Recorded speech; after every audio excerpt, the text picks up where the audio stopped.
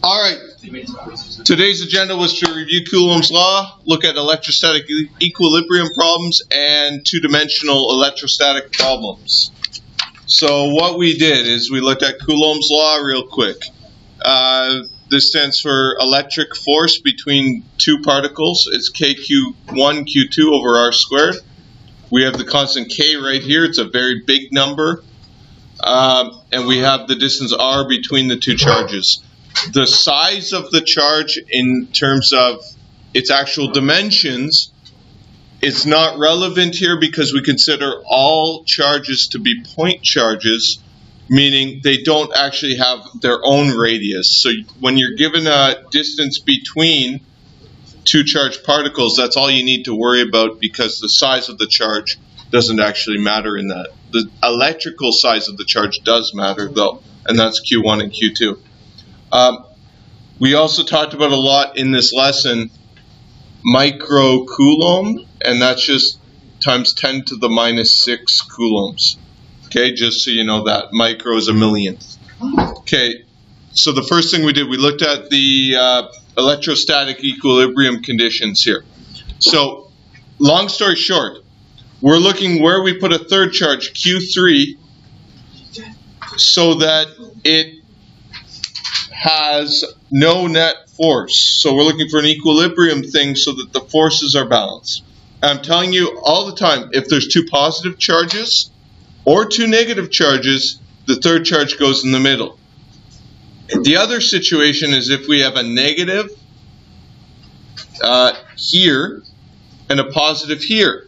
So unlike charges, the third charge will always go outside of the two, closer to the smaller charge.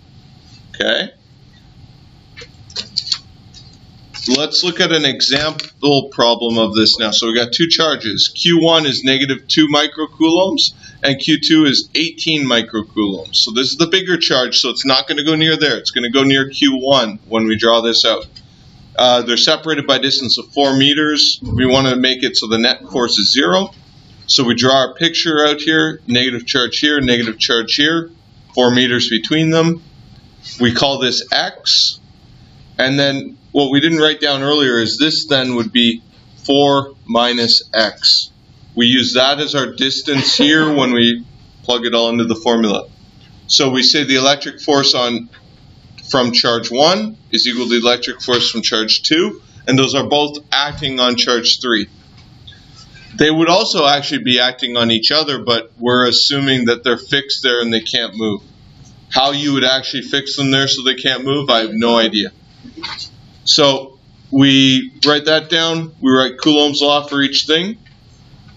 Notice that Q3 cancels, so the actual size of the charge and polarity of the charge, so if it's negative, positive, it cancels anyway, so it doesn't matter. We go like so, we do some math.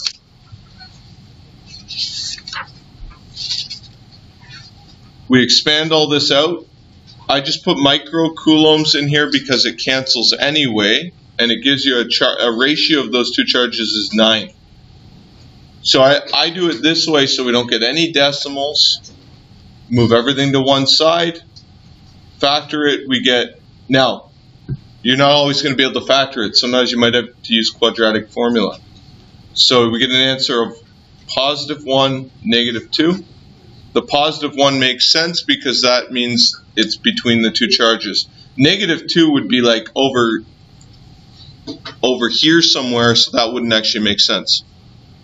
Okay, now if you did the diagram wrong, maybe you'd have to consider the negative charge. But if you remember the summary we did, you should be fine. You won't have to get into that. Alright, so that's out. So we got that it's 1 meter away from the smaller charge, 3 meters away from the other one. Okay. Last problem we did is we had a positive Q1 and a negative Q1 here. We had Q2 here. They give us all these charges. We want to find the net force on Q2. We found the magnitude of the force, just Coulomb's law, from Q1 to Q2. I didn't assign a positive or negative to that. It's just the magnitude of the force right now. So we got that number. We then put that in our kind of a free body diagram, but not really the proper way of doing it. So we said that this force is pushing that way, this force is pulling that way. Broke it down into an X and a Y, an X and a Y. What we noticed is the X's cancel because they're opposite directions. The Y should add, so we get a net force of down.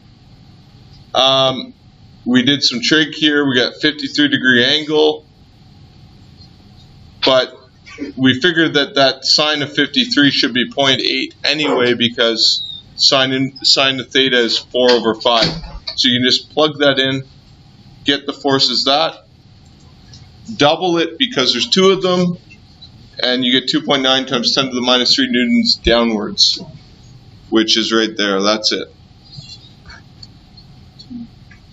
All right.